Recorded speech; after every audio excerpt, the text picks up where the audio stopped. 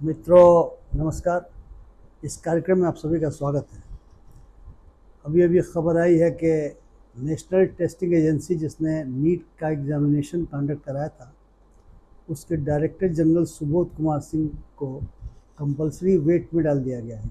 इसका मतलब ये हुआ कि उनको अपने पद से हटा दिया गया और कोई दूसरी पोस्टिंग नहीं दी गई और उन्हें डीओपीटी में ज्वाइन करने के लिए कहा गया है। अब जानते हैं कि नीट परीक्षा को लेकर के पूरे देश में हंगामा मचा हुआ है। जो कैंडिडेट्स इस परीक्षा में भाग लिए थे, इनकी संख्या 24 लाख के आसपास है। उनमें से अधिकांश बच्चे सड़क पर हैं। बहुत सारे राजनीतिक दल भी सड़क पर हैं और वे सभी इस बात की मांग कर रहे हैं कि दोषियों पर कार्रवाई हो, क्योंकि नीट परीक्षा के क्वेश्चन पेपर बिहार में लीक हुए हैं। कुछ लोग गिरफ्तार किए गए हैं। गुजरात में भी सेंटर जहाँ पे ये परीक्षा हो रही थी, वहाँ पे कुछ गड़बड़ियों की शिकायत हुई है और गुजरात पुलिस ने भी गिरफ्तार किया हुआ है।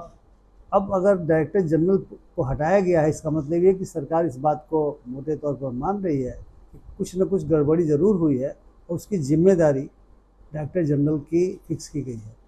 तो डायरेक्टर जनरल सुबोध कुमार सिंह हैं, वो बड़े अच्छे अधिकारी माने जाते रहे हैं।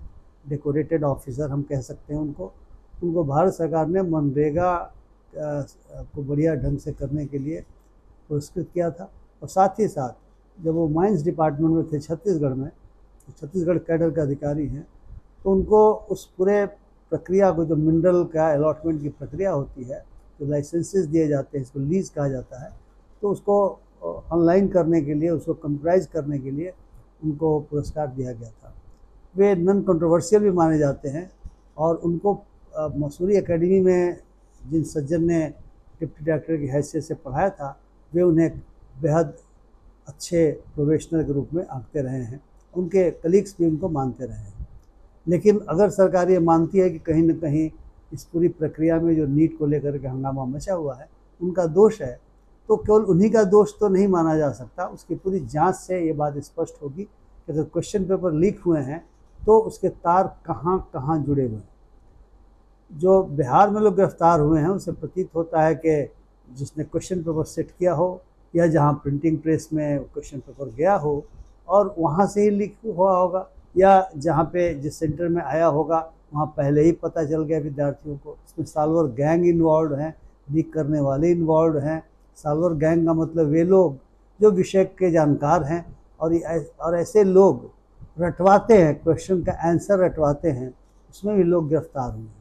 ऐसा प्रतीत होता है कि देश भर में जो जगह जगह क्वेश्चन पेपर्स परीक्षाओं के लीक किए जाते हैं, पहले ही आउट हो जाते हैं, उसके लिए एक बहुत बड़ी अंडरग्राउंड अर्थव्यवस्था चल रही है और इस अर्थव्यवस्था में काफ़ी पैसों का लेन देन होता है। बिहार में जो घटना घटी है उसमें ज्ञात हुआ कि 32 लाख 40 लाख गार्जियंस देने के लिए तैयार है। तो आप सोच सकते हैं पैसा कहाँ से आता होगा। कि पैसा निश्चित तौर से गलत तरीक़ों से कमाया गया होता होगा। इसी कारण से अपने बच्चों को, जो बहुत तेज़ पढ़ने में भले ही नहीं हो, उनको डॉक्टर बना देने या अन्य किसी अच्छे इंजीनियरिंग कॉलेज में एडमिशन करा देने, या फिर नौकरी में भी जब क्वेश्चन पेपर आउट होते हैं तो उनको नौकरी दिलवा देने की साजिश लोग रचते हैं। दूसरे शब्दों में कहा जा सकता है कि जब समाज के एक हिस्से में नैतिकता की कमी होती चली जाएगी और मार्केट बन जाएगा, तो फिर पैसा देने वाले हैं, पैसा लेने वाले हैं, इस तरह के तिकड़म होते रहेंगे।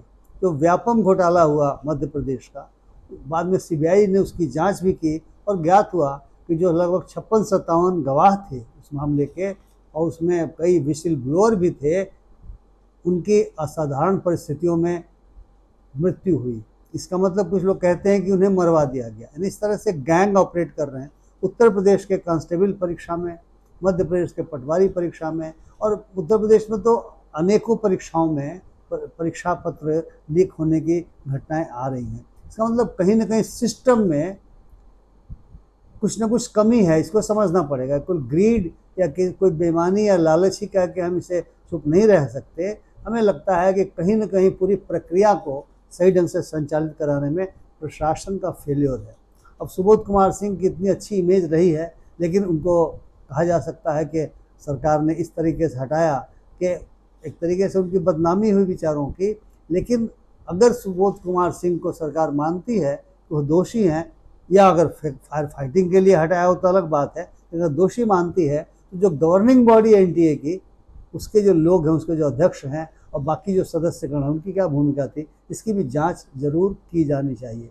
विद्यार्थी इस बात की मांग कर रहे हैं कि परीक्षा जो हुई है उसको रद्द किया जाए, दोबारा परीक्षा कराया जाए, और मामला सुप्रीम कोर्ट में लंबित चला आ रहा है और 8 जुलाई को सुप्रीम कोर्ट इस पर अपना निर्णय सुनाएगा। सुप्रीम कोर्ट का जो भी निर्णय हो, ये आशा की जा सकती है कि वह निर्णय न्याय संगत होगा और सभी के लिए बाध्यकारी होगा, और बाध्यकारी तो होगा ही चूँकि सुप्रीम कोर्ट का निर्णय है, और उसके आधार पर अगली कार्रवाई होगी। लेकिन इसमें काउंसलिंग चल रही है, और काउंसलिंग चल रही है मतलब चलेगी, और काउंसलिंग पर रोक नहीं लगाई गई है। इसी बीच खबर आई कि जो यूजीसी नेट की परीक्षा हुई थी, उसके भी प्रश्न पत्र आउट हो गए, और अगले ही दिन पता चला, कैसे पता चला, होम मिनिस्ट्री के साइबर सेल यूनिट से पता चला कि कोई डार्क नेट होता है, उस डार्क नेट पर क्वेश्चन पेपर दिखलाई पड़ गए। इसलिए पूरी परीक्षा को, जिसमें लगभग 8 लाख के आसपास छात्र बैठे थे, उस परीक्षा को रद्द कर दिया गया।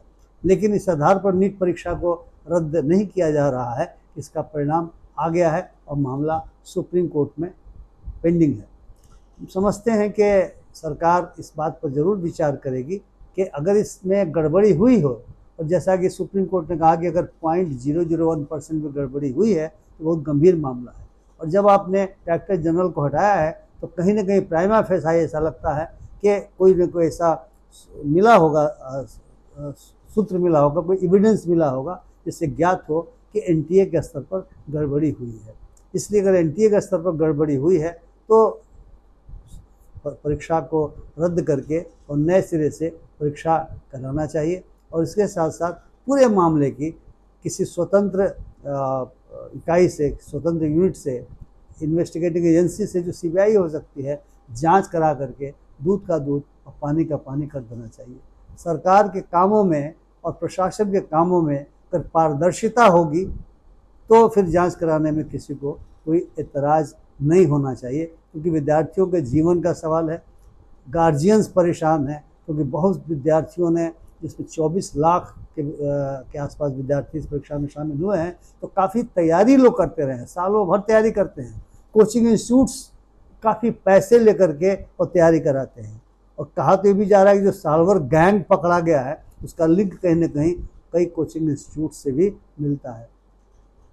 एक अच्छी बात ये हुई कि सरकार ने कहा है कि हम एक हाई पावर्ड कमेटी बनाएंगे जिसमें बहुत सारे एक्सपर्ट्स रहेंगे जो देखेंगे कि एनटीए की परीक्षा को फ्लॉलेस ढंग से कैसे चलाया जा सकता है। क्योंकि ज्ञात ये हुआ है कि एनटीए परीक्षा का संचालन प्राइवेट एजेंसीज़ के माध्यम से करता है, टेंडर से प्राइवेट एजेंसीज़ को हायर करता है और उन्हीं के माध्यम से परीक्षाओं का संचालन करता है। कायदे से होना चाहिए था, यूपीएससी की तरह से या अन्य जो राज्य में परीक्षाएं होती है, सीबीएसई परीक्षाएं कराती हैं, प्रशासन को इसमें इन्वॉल्व कराना चाहिए। जो जिला प्रशासन है, जो राज्य का प्रशासन है, उसको इन्वॉल्व करना चाहिए, क्योंकि उससे परीक्षा की इंटीग्रिटी को बनाए रखने में, पवित्रता को बनाए रखने में सुविधा होती है। तो मित्रों, चूँकि तुरंत ये खबर मिली कि डायरेक्टर जनरल एनटीए के जो बड़े अच्छे अधिकारी माने जाते हैं उनको सरकार ने हटा दिया है, इसलिए मैंने सोचा कि मैं आपसे अपनी बात शेयर करूं। नॉर्मली मैं इस तरह की चीज़ों पर अपनी बात शेयर नहीं करता, लेकिन निश्चित तौर से मुझे लगा कि इस पर शेयर करना चाहिए।